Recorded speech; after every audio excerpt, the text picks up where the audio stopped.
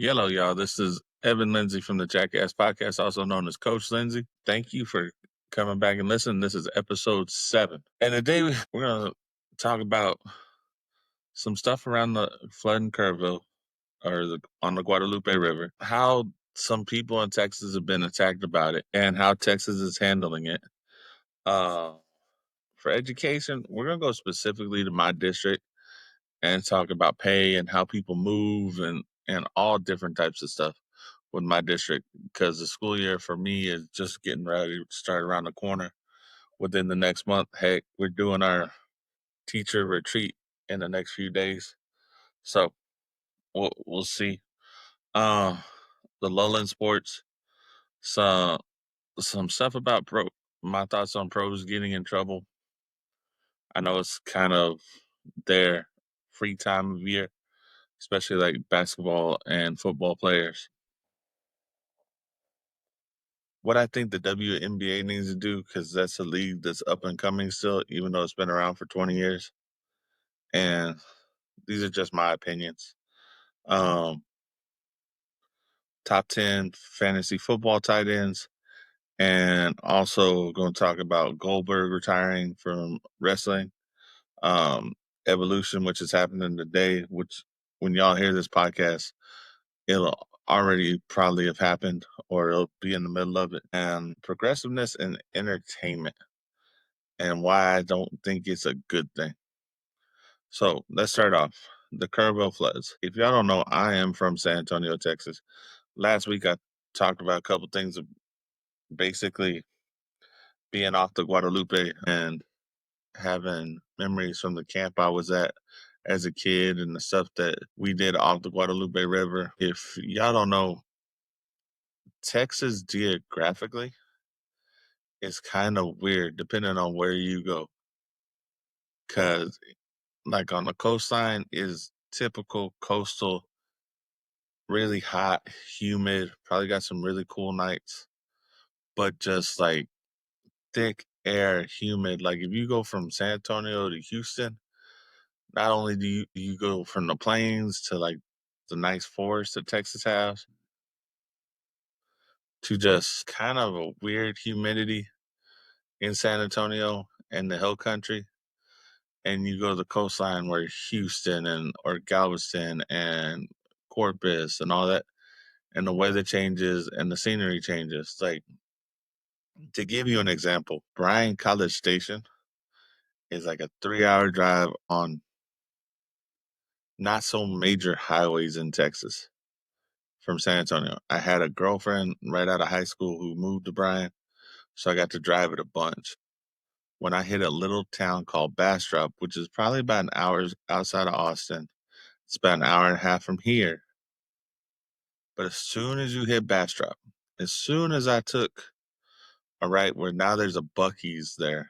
There wasn't a Buc-ee's when I was going over there, but it's where the Buc-ee's is at, onto the highway that goes out to I forget what highway goes out to Bryan, but goes like the back way to there, and you're going by Bishop State Park and stuff like that.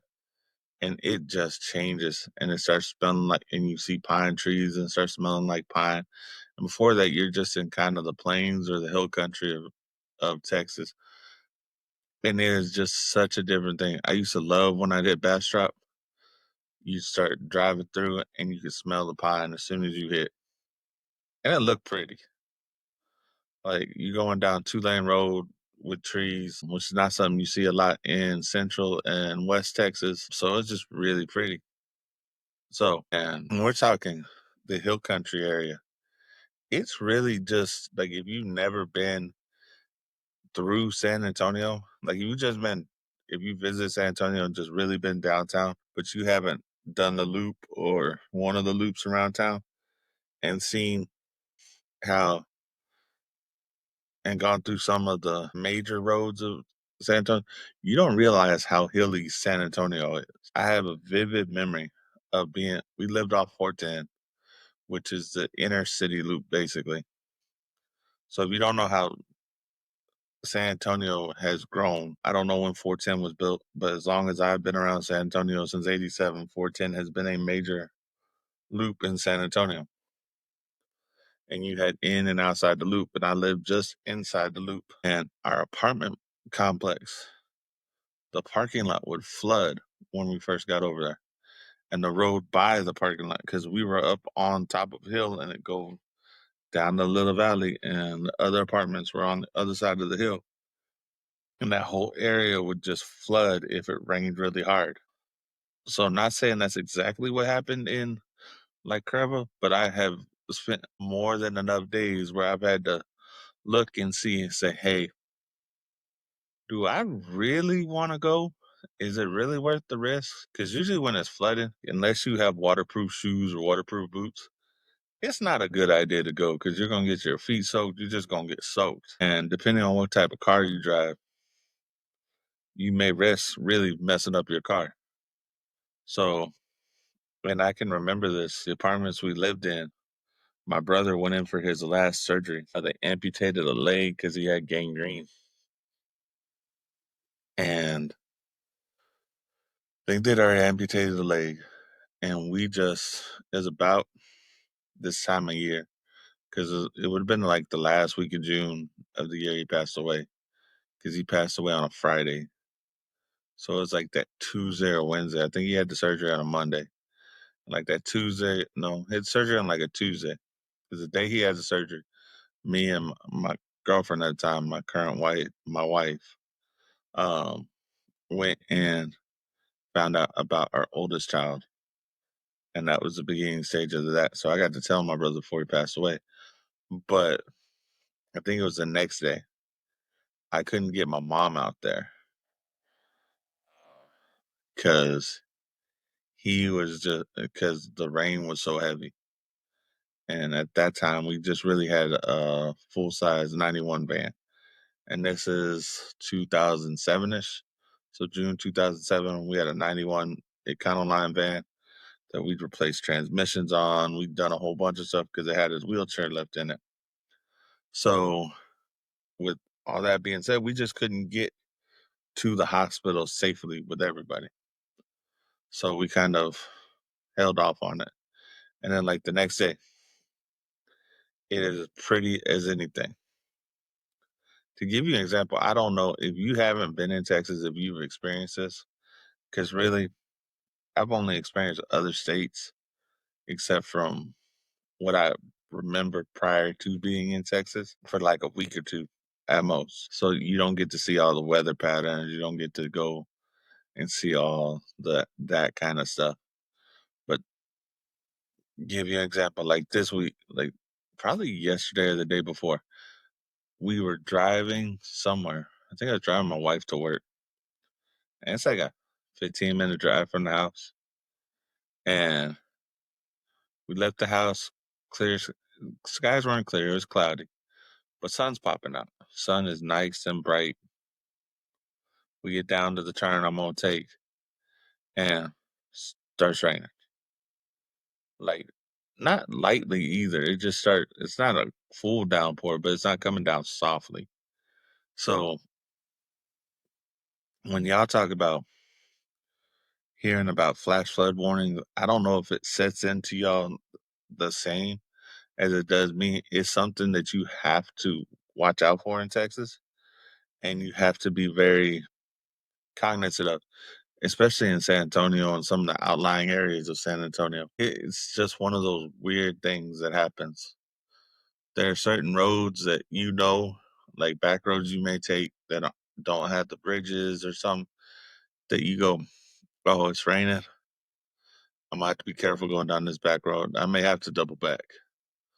So, and how this relates to Kerrville is everybody's acting like like the people there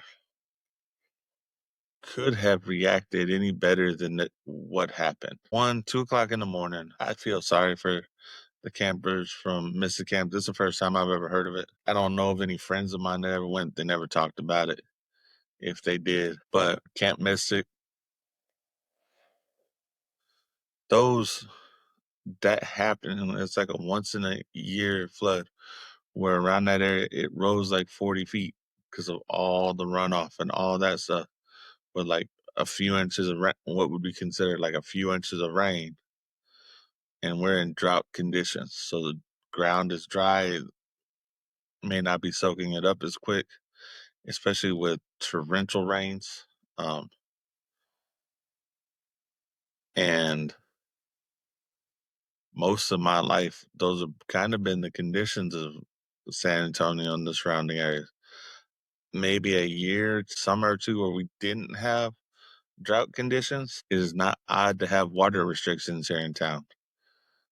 Just being told when you can water your grass. It's not odd to see people watering their grass at 10, 11 o'clock at night or overnight, 5 o'clock in the morning, just so the ground will soak it up before the sun comes out. So here's the thing, and I said this last week. I think it's ridiculous that people are politicizing this. As far as everything I've heard, I've seen,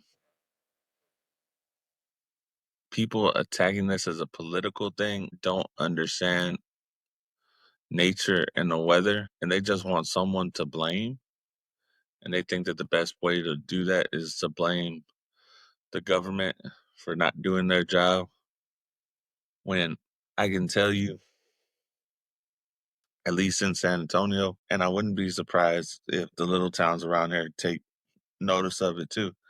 Like when we may have storms, I get an email from our electric company saying we may have thunderstorms or something. I think I got one today saying that we have thunderstorms and all this. And that is just what we have to deal with. I think I've gotten more this year than recent years. So, but as far as the government reacting, like Texas government, they got people out there and people went out there. And you know what? You got to give props to all the companies that have gone out and helped in Kerrville, HEB, Walmart, Whataburger, P. Terry's the other day. I wish I'd gotten out there. I'd meant to, but I kind of forgot about it. With their, and if you don't know what P. Terry's is, if you're listening to this and you catch this and you're not in South Texas, P. Terry's is a place based out of Austin. It's a burger joint. I think they said they got like 36 locations. And Thursday they were going to donate all their profits uh, to send to the relief in Kerrville. I think on Thursday they said, or I read somewhere, I heard something that they had gotten a total of $150,000. It may have been from P. Terry's founder who said they got $150,000 to donate to Kerrville. Uh, that shows you the kind of people that have been coming out. I'm seeing little stories on Facebook of like CD Lamb going down there. Hearing George Strait's been out there. I think I saw a picture of Tyler Perry going out there, and they're not doing it for the camera. That's a really cool thing. This is just like a little town that's not for us too far from San Antonio. It's like an hour and a half drive from where I live at right now. So I just hope that people stop politicizing this so much. Um, and I do not understand. Like, someone needs to do research because someone was complaining because they said that they're going to have an executive session in the state senate or in the state congress. So if y'all don't know how Texas is run, our state house of representatives and our state senate meet once every other year from like January to June. And then if the governor deems fit, he calls for special sessions. There was already a special session planned before the flood happened, and he'll call for what he wants on the special session. So now they're going to look at the weather service stuff and see how they could do better for these small town areas. And they're also, I think THC's on there. Like they wanted to ban THC, which most of the state in for, but our lieutenant governor Patrick has a hair up his ass about it, and he is all for it because it looks like this instead of holding parents accountable, because kids can get it just like kids can get alcohol. I have been I used to charge people a whole what's it called? A burger from Wendy's for me to go get them alcohol. So I don't know why he's having such a fit about weed unless somebody's just paying him to be mad. But that's gonna be the thing that I don't really get is why Dan Patrick is so all up against weed. I understand he says we're not Colorado. No, we're not, but there are probably really good medicinal uses. And I'll be honest, for anyone who doesn't like pot, I'm gonna say this. My biggest problem with pot is just like the 1/3 group. Because I figure there's three types of potheads. There's very manageable people who smoke pot and it makes them do their work better. There's people who become more creative in pot, and then there's a bunch of people who become paranoid and lazy on pot. If that's what you're worried about, every other version of people, there's not many other versions of people on pot that I know of. So that's just the way I view it. I think it's ridiculous. I thought it was cool that we kind of let um, some things go. I think they need to see what the actual, if it can actually help people, some people with anxiety. Because I think for like people I know, there's some people who could help a lot with their anxiety. So with that being said, um, don't say anything about, and I don't even like Greg Abbott or Governor Patrick, Lieutenant Governor Patrick. They're not my favorite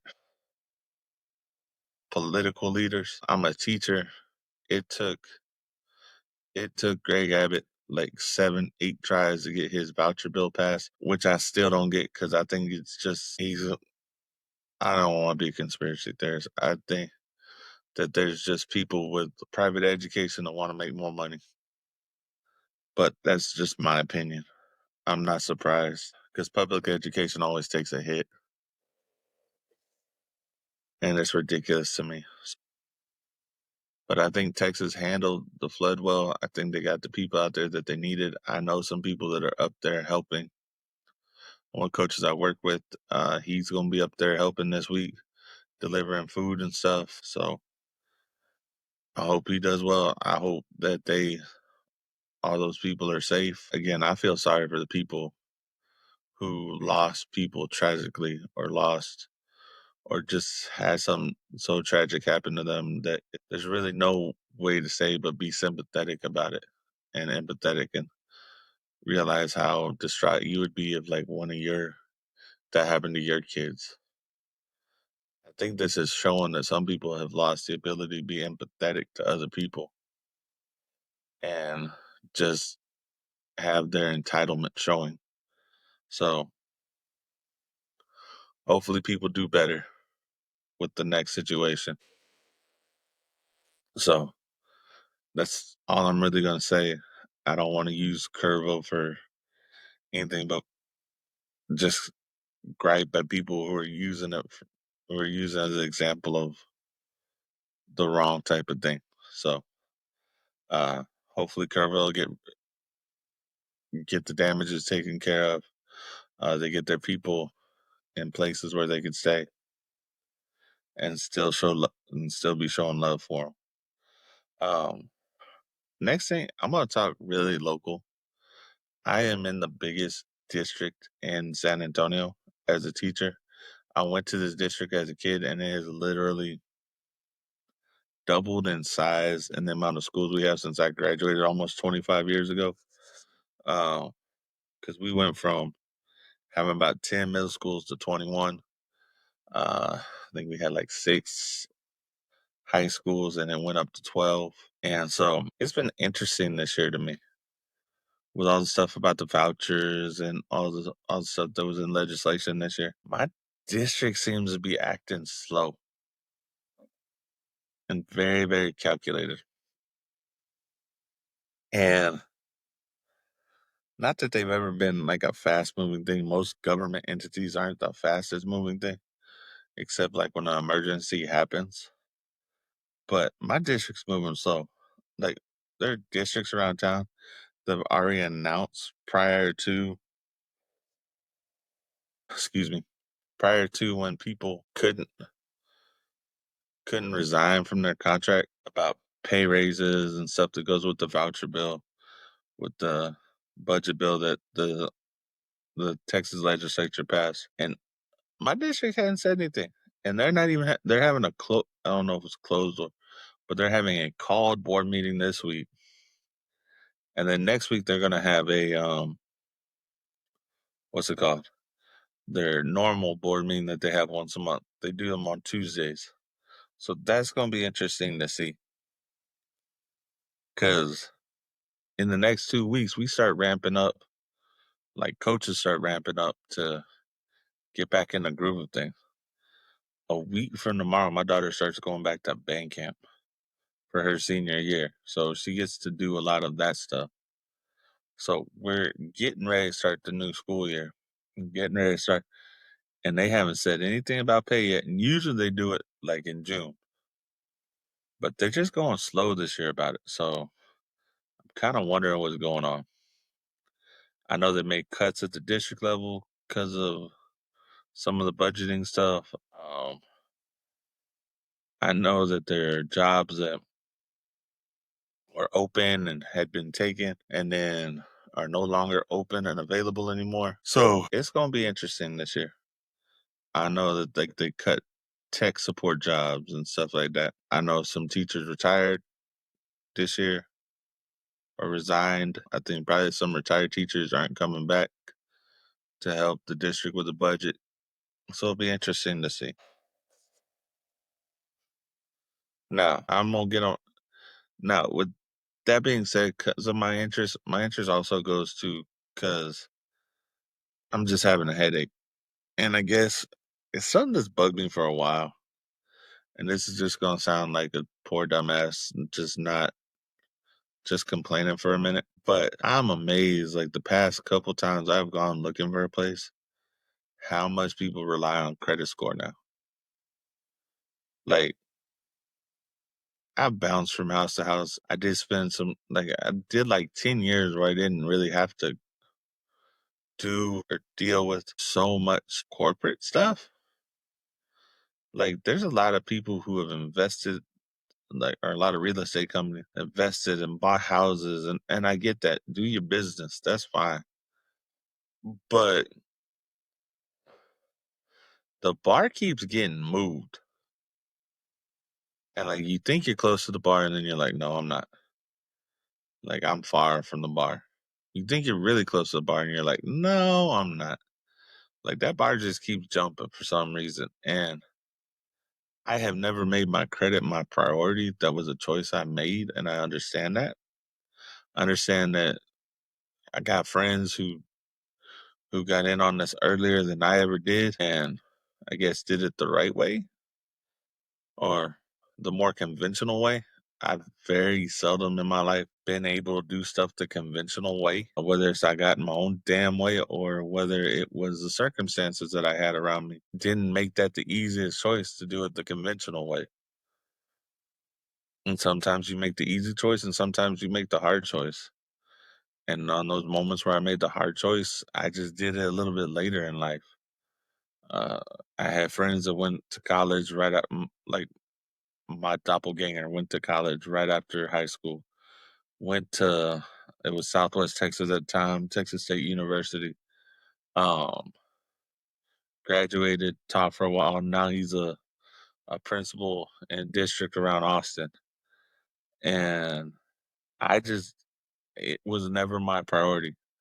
I was always taking care of my family, my mom, my brother, who were both disabled at the time. I made that my priority. I made chipping in and doing work so we had extra money my priority.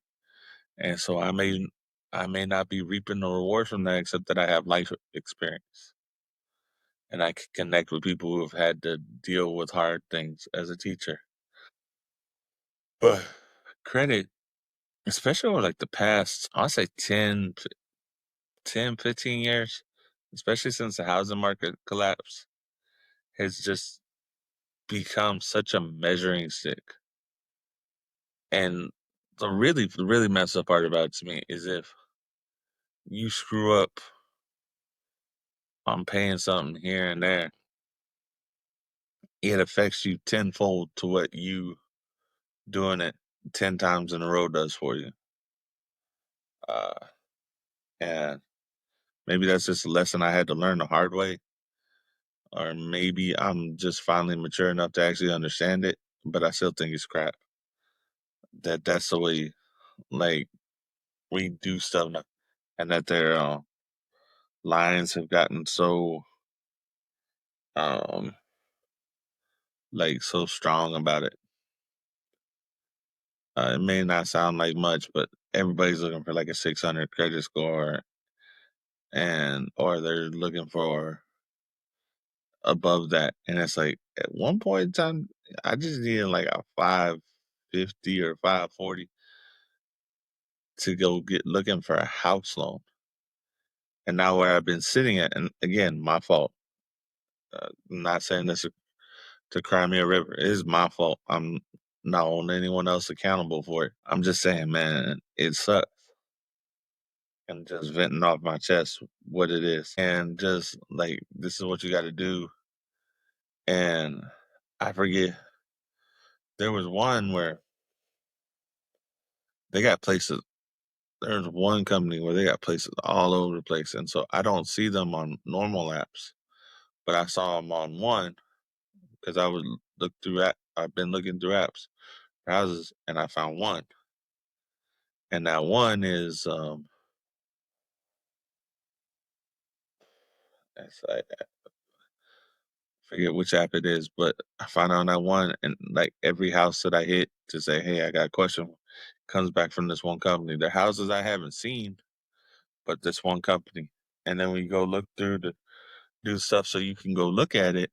It's like, whoa, like you gotta look through, I don't know, 1,000 houses from all over the country. And I'd rather deal with a landlord I know I can see, like even the current landlord that I'm about to get away from. When I put in requests on their online stuff, and it's simple. It's not even like something that I could control. It was like the oven. When we first moved in, the oven was jacked up. Got that fixed. And then the oven jacked up again because the heating element went out. So we'll see. Hopefully by next weekend or maybe just after this podcast, I'll hear something good and I'll have a new house to be in the next couple of weeks, which is what my goal is. But that's just my gripe about credit and just we need people need to be more realistic on what they're looking for and realize that just because my credit score says something, and I get that's over time, and maybe I've made choices that I probably should have thought of differently. My choice was always based on what was best for my family and to make sure that we were able to feed ourselves. So that's just what you get when you don't make choices that other people like and you just make choices that for yourself make sense. Sometimes it just doesn't translate into other documents. All right. So this week we're going to talk a little bit about sports, and this is a time of year that I am like not as interested in sports because there's a lull. Like I'm a football, basketball guy. I will watch those all the time.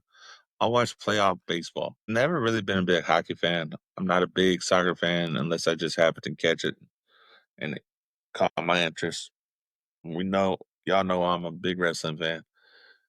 I'll watch a UFC bout. I respect what they do, just like I respect most athletic endeavors. I'll watch a good boxing match, but right now, and this is just me being, I'm not entertained, kind of American. This lull in sports sometimes is annoying, and it's that weird thing where with two of the bigger leagues that have like the most people, and college football's not in, high school football's not in right now. Um, like I said, I've been doing strength and conditioning camp, but all we've really been doing is strength and conditioning. And that's for me to make some extra money.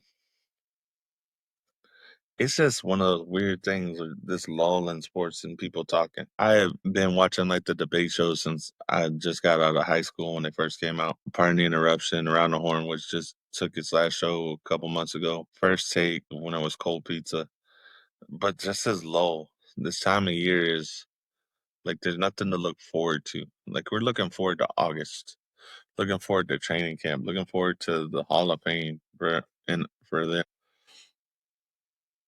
Looking forward to hear about the games coming up at the end of August and September, early September for college football. And that's going to be kind of cool. But it's just one of those things. Talking fantasy football, my buddies, Three Putt and Duck Sports, just restarted their fantasy football podcast and Shark Tank podcast, which are both on Spotify too. They're not paying me, but I'll go ahead and give them both some props. And that's one of the reasons I'll talk fantasy here and there is because I enjoy it. Like this year's been weird because we got a lot of fantasy drafts. I think I got like, I think this will be the most teams I've ever had where I put money on them, and 4 of them are like dynasty leagues. And it's like, really? I think I'm in 3 dynasty leagues, and then one is a guillotine league, which is going to be interesting. I'm in one dynasty where you get to steal players. That'll be interesting, and we'll talk about that when I get to it. I think next week I'll go over some of my drafts because these drafts were weird, and I think the one coming up, I'll have one live draft sometime in what's it called? Into August. I'll have to check the date on that. It'll be a Sunday for my buddies. That's my big money league. Uh, and that's probably the one I'll pay the most attention to. And then we'll go over the draft that week or like when I come back that day because we're gonna do it on a Sunday. I'll do my podcast on a Sunday. By then we'll be talking about. I'll wait till training camp to kind of go over the divisions and what I think I see from highlights and first team reps and what you hear, because that's when I'll start getting back into sports is with that type of stuff. But like I said, this is just a lull in sports. And sports has been such a big part of my life and a big part of my entertainment for years. So of course, for me, this is that boring time I spend with family, and this year just been different because the first year one of my daughters had to work. It's the first year where I guess I've been settled or I'm kind of settled where I'm at for a little while and thinking what I'm gonna do. It's an exciting year because it's gonna be my first of my 2 senior years in a row, and just to see how different they're gonna be. But talking about Lola sports, one of the big topics has been WNBA, and I think the league needs to embrace. I think they need to embrace the storyline of Caitlin Clark, not because she's a white savior, but because she could be the hero of the league, and you could make so many good villains out of it. She could have in wrestling terms a Hulk Hogan run where you just line up the heels one right after the other, right after the other, right after the other, and then eventually she can be the bad guy. Right now, put her on that giant baby face run because she is what's brought eyes to the sport, and I think the girls in the sport. I think there's a difference generationally, and I think there's a difference generationally, and I'll say gender wise in how we view sometimes when guys see that dude who transcends the sport. When Larry Bird and Magic Johnson came in, everybody's got to remember, if you listen to old time, they were not playing as much basketball on TV. They didn't even have the finals live before Larry Bird and Magic Johnson made it to the NBA. There is no way you can stress that that's probably after 20 years of the WNBA. And here's the thing, I remember being hyped in 96 watching Dream Team 2 and the WM and the female players on that team. I actually remember watching female basketball games back then in '96 with the Lisa Leslie's and the Lobo, Cheryl Swoops, all those personalities they had on that women's roster. And I don't think, and even that's also around the time of the World Cup, where they had all these personalities, and now you have someone come back and you got a personality. And it's not like, it's not just that she's a kind young lady, but she's also just that damn good. So guess what? Let's put her up on that pedestal and if she can prove it with her team that she's good enough to make it as a champion, have a good playoff run, and just help build the WNBA brand, I think people will start accepting it more as a league. Because I understand the whining, complaining that these ladies don't make a lot of money. I'm listening to Candace Parker in an interview who I'm a fan. I remember Candace Parker playing in college, and then I also remember when she came in the WNBA because everybody thought she was going to be great, which is what she was. It just didn't attract as many eyes. Um, I also think in listening to like her interview where it was her, Keyshawn Johnson, and Cheryl Miller, uh, that the natural beauty of womanhood kind of, I guess, cost her her star for a minute. And I don't think she took it as that, but I think you could take it as that, in that because she got pregnant and she's got to be out, and that's not something men have to deal with. Like, it doesn't change their body. It doesn't change them as much as it does emotionally, and the responsibility. If you are a man and you're going to take care of that child, it changes you. It changes how your thought process goes. But women, it just changes them physically and emotionally, and what they're connected to and how they're connected to somebody. So, because I think, if I'm not mistaken, Candace Parker came and played down for the Stars, who were the Silver Stars, which were the WNBA franchise here in San Antonio at the same time Becky Hammond did. And they had a decent squad. I never went to a game. I'm not that big of a fan. I barely go to Spurs games. When I can afford it, I do. But that's just saying. That's kind of what we're looking at. I hope the WNBA and I hope the players in the WNBA help Caitlin Clark rise and then step up to the opportunity to try and knock her down. I think that's what the WNBA needs. I think they need that rivalry. And it may be Angel Reese. It may be players like Angel Reese, or hopefully better players like Sabrina. I don't even know what her last name is. Is it Carpenter? That might not be it. I'm sorry. I'm not a huge WNBA fan, but I do listen enough when they start talking about it that I'll catch some stuff about it. But that's my thought. You want to really get eyes on it? Start building over the next couple of years through her and other players being her villains. One of the last things, or the next thing I want to talk about, is I'm gonna go over this top 10 list, and just so everybody knows that my top 10 list has basically been off the sleeper app from their mock draft thing, and kind of see whether or not I agree with it. This is top 10 tight ends for fantasy football. Like I said, this is that time of year where there's a lull in sports, so we can talk fantasy football. And I think next week I'll go over some of the drafts that I've already done this year, because we did something ridiculously early and they took forever, but we'll go through it. Let's see. This list has Bowers, McBride, George Kittle, Hawkinson, Laporta, Smith, Jonnu Smith, Travis Kelce, Mark Andrews, Evan Ingram, David Njoku, Warren, Dalton Kincaid, Jason Ferguson,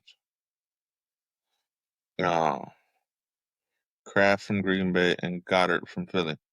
Here's my thing, and I'm gonna, and than Loveland and Kyle Pitts. Here's my thing. Bowers, I get it, number one. Bowers is going to be a beast. McBride, I get in Arizona. He was a beast, and he's really only got to share touches with Harrison. George Kittle, Travis, that offense that they run magnifies the tight end. Hawkinson in Minnesota has been a beast, and then he's going to have open field off of dealing with having Justin Jefferson. Laporta, I think, is a good one.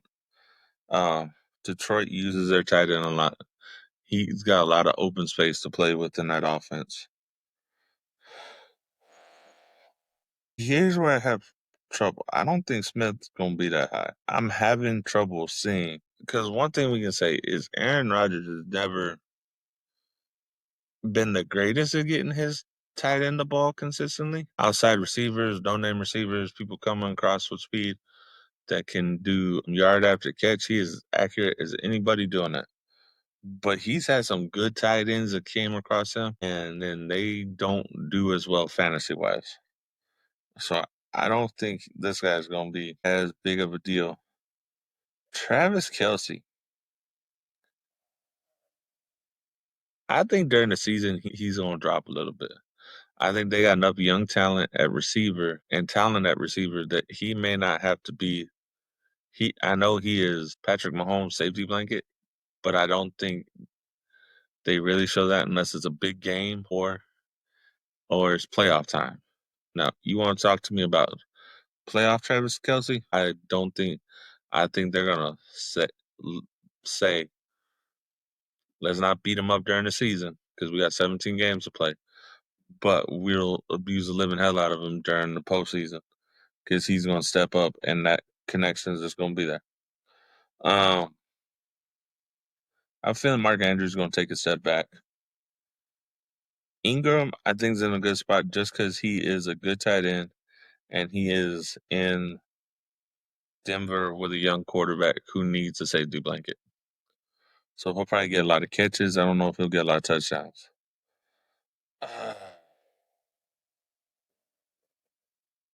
Here's the thing, in all honesty, and this don't I think Goddard and Ferguson should be top 10 tight ends. Ferguson is going to be playing off of, I know you could say that the ball's got to go around, but if Dak Prescott has done anything, it is make sure that his tight end is fed. It may not be Jason Witten, like 100 catch tight end fed. It may be 60 to 70 balls fed. But Ferguson is a good tight end. And if Dallas produces anything in the last 15, 20 years,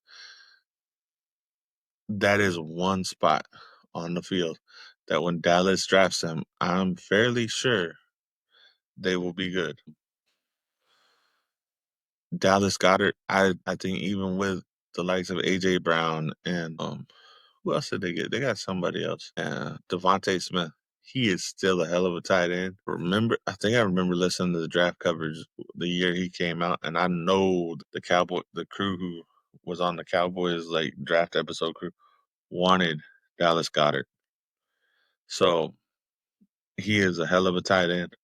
And I think within those types of offenses, that safety blanket of a tight end is a great thing. And he's quick enough to get downfield. I think he still got quickness that Travis Kelce doesn't have anymore. Not to say I don't think Travis Kelce's lost a full step, but he's probably lost a little bit of a step. But Lord knows he's still an athlete. He's still going to do stuff that probably surprises all of us. And maybe I'm wrong about him. So that's what I think on the tight ends this year. We'll probably go more team by team, and I'll give my kind of predictions, look through their schedule, figure out how I think this year is going to ramp up. But we'll see. All right.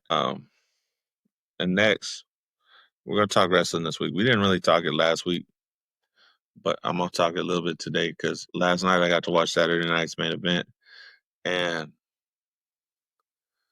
I don't think they did it justice. Probably in some of it may be because he wasn't a WWE guy and he's kind of been semi-retired for years.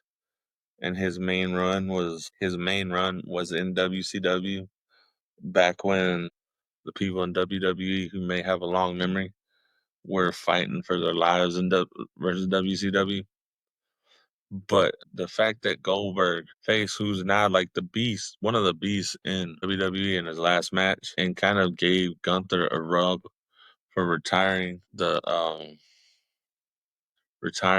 Goldberg. I don't think you can talk the history of wrestling, good or bad, without putting Goldberg in there right now.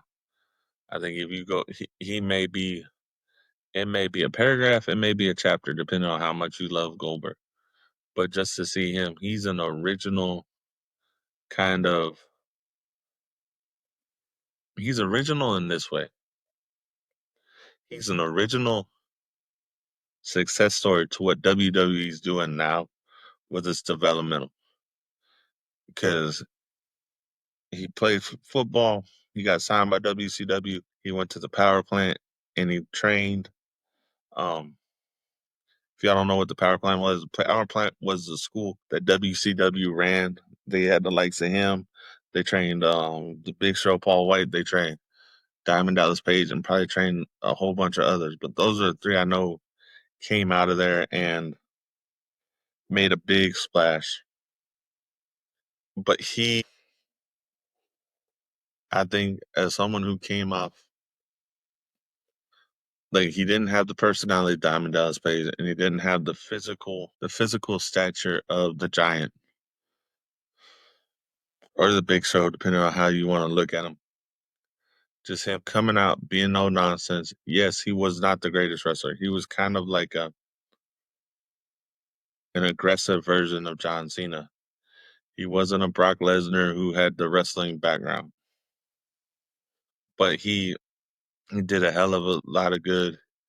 He kept WCW up for a minute, and you got to see who he was. He was himself in a lot of ways, from what I've gathered in interviews I've watched. He was himself, just ramped up like every other great superstar is. So it's cool to see him get a send off like that, and he didn't just go into the night. There's a lot of wrestlers that just go off into the night and you don't hear from him again. It was cool after how bad he left WWE, so like at WrestleMania 20, so like 20 years ago now, in the Brock Lesnar match.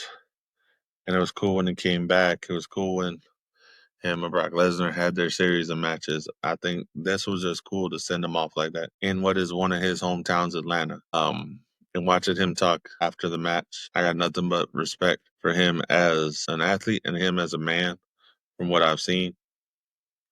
I know his story is a little bit different than a lot, but I'm happy to see that they let him go out like an athlete should, giving someone else, like a wrestler should, giving someone else the rub of beating them and passing it on. So that's cool.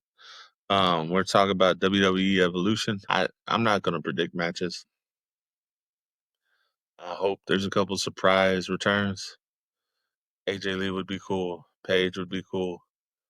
Probably someone you're not thinking of. I think the match of the night's probably gonna be Io Sky and Rhea Ripley. I think for nostalgic purposes, I'm just gonna watch. I'm gonna watch the Trish Stratus Tiffany Stratton match just because it's Trish Stratus and was one of my childhood crushes, I guess, or teenage crushes, because when she came out. But I think it's cool that WWE doing an all women pay per view again, and I like some of the storylines that have been built. The Naomi and Jade Cargill probably been the best feud out of the bunch, and they threw a whole bunch of stuff together because injuries happen. So evidently, I think it'd be cool to see that 4-way tag match. It should be good. I have a feeling that one will be Charlotte and Alexa coming out with it, and I just don't know what they're gonna do with it. Besides that, I could see there being some animosity for the NXT tag team, but we'll see. Hopefully that's a good match. I don't think there's any bad looking match on the card. I think the one that'll probably end up being wonky, because as good as Trish Stratus was, she was not the world's greatest wrestler. She got better and better over the years, but I think for nostalgia purposes, that match is going to be cool to watch. Yeah. All right, next week we'll talk about it a little bit more. Um, I think the NXT Great American Bash, I like that one. Jasper Troy as a wrestler, the kid from LFG who's now on NXT, he is going to be a beast. You know, it would be cool just for a moment at some point in time after him and Obafemi get done beating up on each other. I think they should go up to the main roster and just be a dominant tag team for a little while. And just let them go up to the main roster and be a dominant tag team. Just two big, thick athletes who can demolish people, have been presented to demolish people. I think that would be cool. But that's a fantasy book, and we'll see if that ever happens. I just think it would be cool. So, since we were just talking about evolution, we're talking about progressiveness in entertainment. Now, I don't have a problem if you want whatever subgroup of life you are in to be noticed. Great. I'll notice you. As long as you're doing it respectfully and not trying to shove it down my damn throat. If you are, if we're talking about race, I don't judge people based on what they can't control. I'm gonna judge you based on what your decision making skills are, how you decide to act. And if you just decide that you're gonna act within a certain stereotype, that's not my fault. That's your fault. That is really not my fault. If you have a problem with the way people treat you because you act a certain way and it's not whatever normal society says is acceptable, but you're saying it's because of your race or because of your culture and it's stuff that it's choices that you've made, then we have a problem. But if you're gonna tell me, well, you don't like me because of my race, man, I give two shits less about your race. I give two shits less if you walked up to me and you were pink with purple polka dots. You have no control over it. Y'all have to understand, I came from a family where my brother looked like he had second and third degree burns, and people would stare at us all the time. And my mom had shirts made that said it's called junctional epidermolysis bullosa. What's your excuse? Because people were afraid to come and ask. I'll at least come meet you. And I'll be honest, I don't base my whole decision on you on my very first impression of you. Because some could be fucked up, could happen. You could just be having a bad day. I'm gonna base it on probably next 10 times we meet, if we meet that many more times. If you're working with me, you got a month before I actually make judgment on how much I do or don't like you. Like, honestly, that's not my thing. It's caused rifts in some relationships, but that's just how I am. I don't care. I genuinely don't care, like, based on your race.